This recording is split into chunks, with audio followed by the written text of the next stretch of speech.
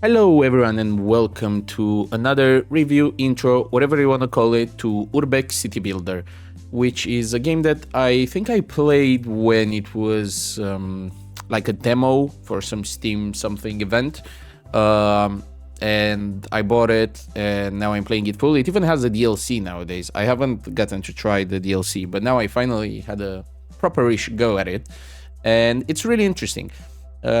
At first, you might be misled by the city builder thing because you think of, at least I would think of City Skylines, which has some stuff in common with it, but it's more of a puzzle-ish kind of thing. Like, you do build the city, you do have to manage resources and stuff, but a lot of the time, apart from some stuff in industry, for example, you can't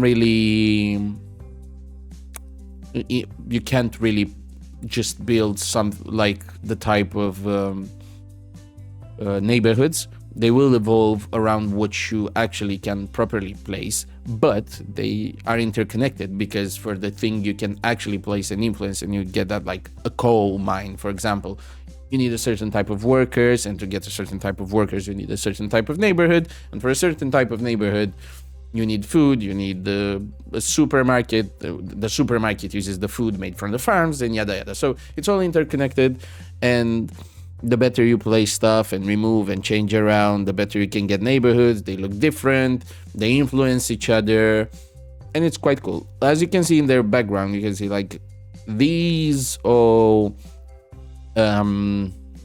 blocks and houses, they evolve from the same starting house, which is of one type, and depending on what you build around it, and how many other houses around it are there,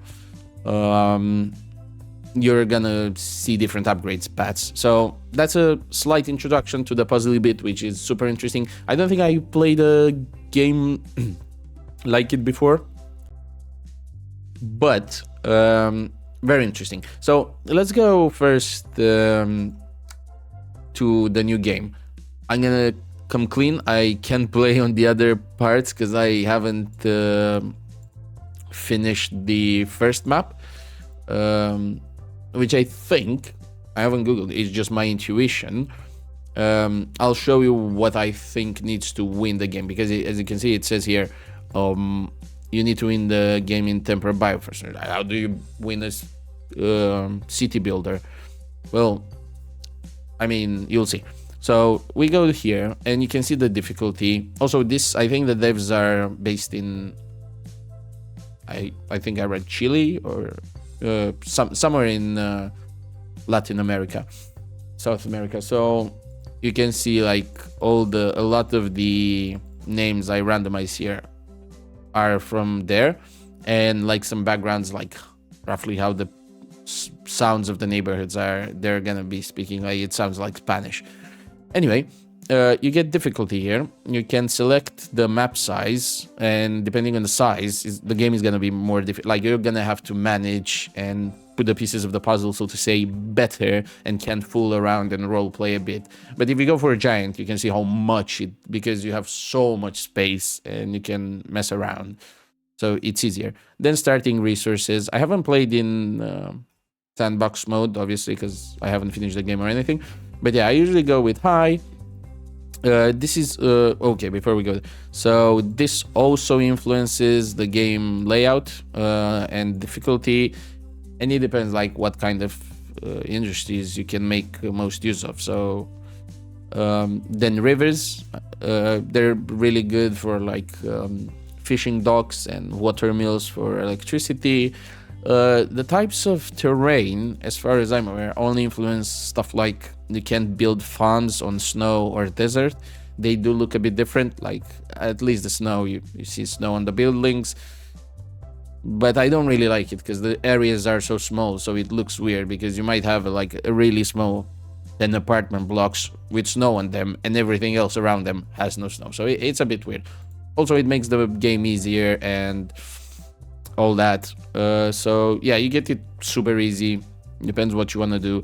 And all these, they don't influence anything apart from these bonuses. So nothing really changes. Like at first, before I started the game, I was like, oh, the houses are gonna look different and all that, but they do have only one style. So that's that. So this is the introduction to how you start the game. Quite easy. You can also edit the map and you can make it better for you and for your plans, especially if you're playing on sandbox mode and you wanna just fool around. But without further ado, let's go into a game and see what I can show you there. Okay, so now we're in the game, and as you can see, there's nothing. There's no money, which is a good thing. And you always have this tutorial here on the right side, which it kind of is meant to show you everything in a certain order, but I guess you can play differently from how the tutorial teaches. You don't have to take the same path every game. So what you start with first, for example, you put the roads, and they don't cost anything, so you can fool around with the roads as much as you want. Then the first thing you need, obviously, is those are the resources. Food. Right now we have food, work, which is workforce, and wood, and there's more to be unlocked. Population, happiness.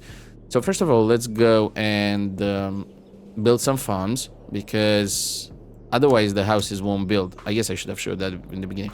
So now that we have some food, but if the food was on the negative, the houses wouldn't have built.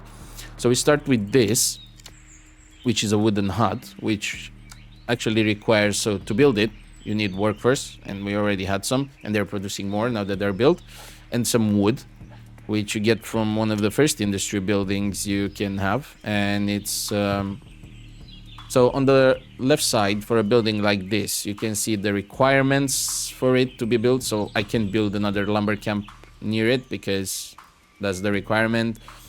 How much of that the resource stores, how much of the workforce it gets from you, and what it produces, and the initial cost. So we have that, and because of that, we can go ahead and build some more. And the more you see, because we don't have enough resources to build housing, which is wood, we have to wait. But if you want to rush it a bit, so you can click on this and it shows you, there's an option in the menus which shows you all the upgrades that they can get to at any point, but playing it first is gonna be confusing. So it shows the only evolution for the village house, and for the village house I need 300 population and 3 farmhouses. Oh, and now you can see we have minus 22, and it's consuming the stored ones, and those houses aren't being built. So let's build some more fields, which hopefully will unlock the farmhouse is unlocked at 200 population. Okay, farmhouse unlocked. So now that we have the farmhouse unlocked, let me build a bit more roads, because most building want to be like they have distance to road, like a minimum distance. Okay. See, I can build that one because it wants a certain distance to, and it doesn't want to be near other farmhouses. But this also increases the food, so production and stores 200. And it requires fields, so they're all interconnected, which is really cool. So now village house and lumberjack cabin upgraded. So ready to upgrade, you don't need it. Yeah. Oh, but you don't produce enough energy to satisfy consumption. Energy, another resource that we just unlocked, and it's done by the lumberjack cabin, which we need to place by the lumber camps. So now that we have this, you see how they're starting to upgrade themselves depending on what you do. And then if we click on it, then we can upgrade to villa right now, because so let me show you. If I go into the options and unlock all the like they show everything, because even in the menu, so you don't get overwhelmed and stuff, you can only see this, but there's so much more.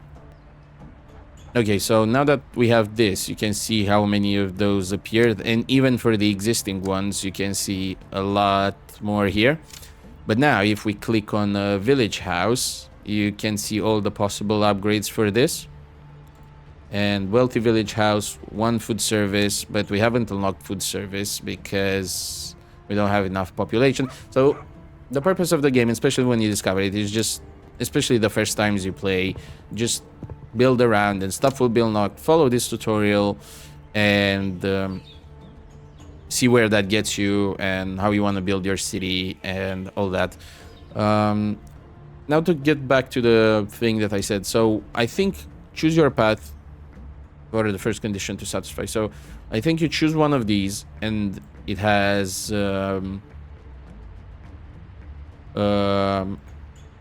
certain tasks and they get like more complicated and it's 8 in total and you have to go through the end, and I think that's when you win the game. Sorry, I can't confirm that yet. But I'm really excited to show this game and I've been playing it. So, but I'm really being a perfectionist sometimes, and I'm like, when everything gets super complicated and interconnected, I'm like, this. Now I know everything. Now I know how to place everything. For this, I need to restart again, and I never go to the end because I feel like if I restart now, I can do it better. So yeah, that's that. And now to show something more interesting, I'm gonna load a file where I'm currently playing, and I'll show you more stuff and I'll explain more stuff about how the game works. Okay, so we're back. This might be a bit overwhelming, going from such a small village to the big city, but as you can see, almost all of these buildings that you see here, they all started from the wooden hut, and depending what's around them, they get upgraded to different types of buildings.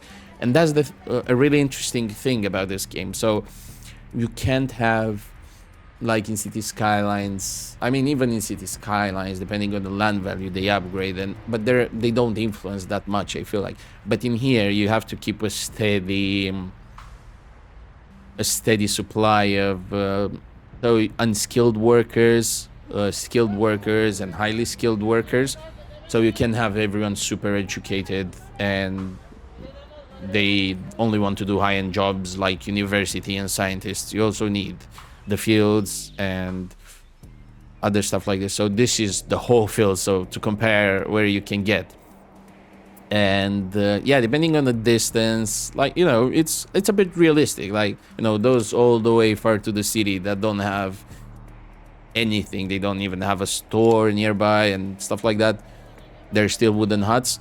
But those that have banks, clinics, mini markets, parks around them, they go up to 2-story house. They can even, I think they're gonna get upgraded, ready to upgrade. Well, they do choose themselves when, but for example, stuff like this happens. So I don't know why it doesn't say it, but some buildings don't upgrade because they don't have models for the size they have left, like a 2x2 building and things like that. There's also these social buildings which they also upgrade. Like this is, so you can see it upgrades from social building, and if you have the requirements, they don't have to go through the whole, you know, wooden hut, suburb house, mixed use commercial, residential, wealthy suburb house, and all that. And there's different strategies. For example, poor suburbs, small houses to quickly obtain workers. So you don't need a square condominium, and they'll just be like this. Like as soon as they upgrade from wooden huts, and if they have one of these things around, they'll just be like this. It's when you need like just pure workforce without any skills, because that's what they do. They provide 14 workers, 4 more than the basic wooden hut, and you just need to have neighborhoods with just normal workers. But depending on where you go, you might want to start going towards neighborhoods that provide more skilled workers. You don't want to completely over upgrade the neighborhood and lose, because that's a problem I had here. So I had skilled workers and I needed more, but I upgraded the neighborhood too much, and the skilled workers were becoming high skilled workers, which I didn't have a need for at that point, or I had too much. So you have to take these things into account when you upgrade. There's even stuff like villas and mansions. They provide 10 workers and 10 skilled workers. So you have to keep that in mind. And obviously sometimes you do need, so some buildings get bonuses or only upgrade if they have population around them. For example, the lumber camp from a lumber cabin, or whatever it's called, the lumberjack cabin, it becomes a camp if it has population. So here is a cabin, and it needs to upgrade to this, it needs residents. And obviously these residents not having anything nearby, they're just gonna be living in wooden huts forever. So it kind of makes a realistic social structure when you need it. Heavy iron mine, like, yeah, those people will have shitty conditions because they're near an iron mine, but you do need people to live nearby so they can improve the productivity of the iron mine and for it to upgrade. And the same with industry. You get shanty towns, which also go into other stuff, but you do need them around your industry area. So that's really cool, and the way it upgrades. And at some point the housing influences other housing, so the mixed residential use needs where is it, residential and commercial. This one needs, where is it, it needs retail, and retail is generated by the mixed residential commercial use. So you get what I'm saying, like they do upgrade differently depending on their position. You don't want, let's see, wealthy village house, what do they miss? They need leisure. We haven't put any leisure here. Let's put some nice parks and see how stuff upgrades. So yeah, obviously you also want the 5-story residential building because of the workers it provides. Because if you look at here, or okay, yeah, they consume less food, but they also don't provide the same thing. And yeah, they go to 12-story, and it has even more bonuses, while the commercial doesn't go as far as 12 stories. So this is the mixed office commercial use, and you can see what produces. And if we go to 12-story building, you can see they provide more skilled workers than these guys would provide. So you don't want them all of them of one type. What else are they? Ready to upgrade. You don't produce enough food. Okay, yeah. Also, you always need to keep food in mind, because sometimes a lot of the buildings might be waiting for food, or out of the sudden you satisfy a certain condition and you can find yourself missing a lot of food. And if you're missing a lot of food, you can't upgrade, and you might need workers out of the sudden. So yeah, it's a really cool game. Maybe it's too soon, but I'll just say my piece either way. Like, I haven't finished any of the map, but considering that I have quite a lot of hours in the past weeks that I've been playing, I do recommend it. It's super good. Like, especially if you like this kind of puzzly thing. It's not really my thing, because, as I said, sometimes I'm too much a perfectionist when it comes to these games, and I'm like, if I had done this, I wouldn't have complicated the resources this much, and then everything would have run smoothly. Let me restart, and I'm definitely not making any mistake in the next one. But you just have to experiment and try, and it's very satisfying how everything upgrades, and it's kind of realistic in their expectations and how it works, like with the social aspect, with the upgrades, with the industries, what they need.